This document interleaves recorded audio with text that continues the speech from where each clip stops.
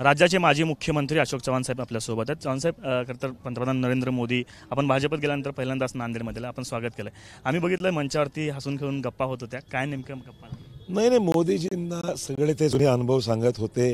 गुजरातमध्ये सहज ते सांगत होते की त्यांचे वडील ज्यावेळेस चहाचा स्टॉल चालवत होते त्यावेळेसची आठवणी त्यांनी मला सांगितले आणि त्यावेळेसची जी लोकं होती ती आज कोणी खासदार झाले काय झालं अशी चर्चा थोडी जुनी आठवणी त्यांनी मला मोदी साहेबांनी सांगितल्या।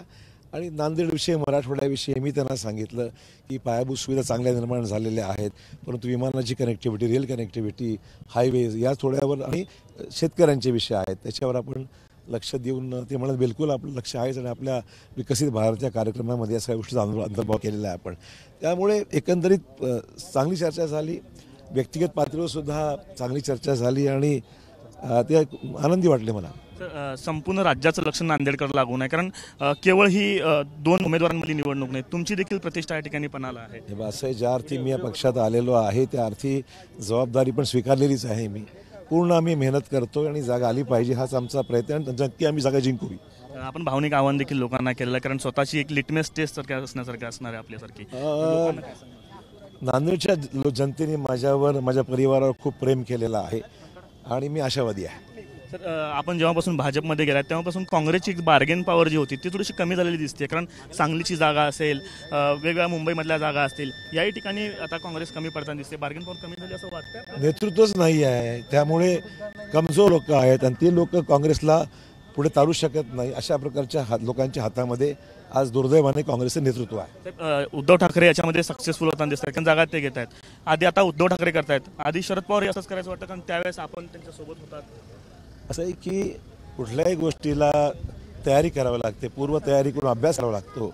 दुर्दैवाने काँग्रेसमध्ये तसं राहिलेलं नाही। आता उद्धव ठाकरेंनी एक उदाहरण केलेलं आहे आज की आदित्यला मी मुख्यमंत्री करतो आणि स्वतः दिल्लीच्या राजकारणात जातो, असं देवेंद्र फडणवीसांनी त्यांना प्रॉमिस केलेलं होतं, असं विधान त्यांनी या ठिकाणी केलेलं आहे। आपण कशा पद्धतीने बघतो उद्धव ठाकरेंच्या या विधानाकडे? हा त्यांचा प्रश्न आहे, त्यांनी कोणाला पुढे करायचं त्यांचा विषय आहे।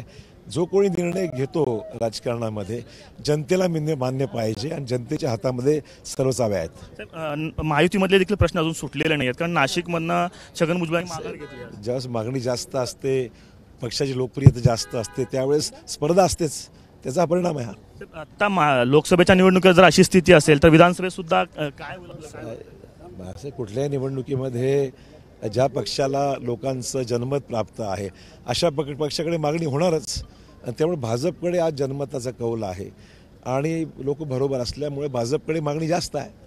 नांदेडची निवडणूक काय होईल, कितीची लीड मिळेल असं आपण किती देणार? चांगल्या मताधिक्याने नांदेडची जागा निवडून येईल सांगतो।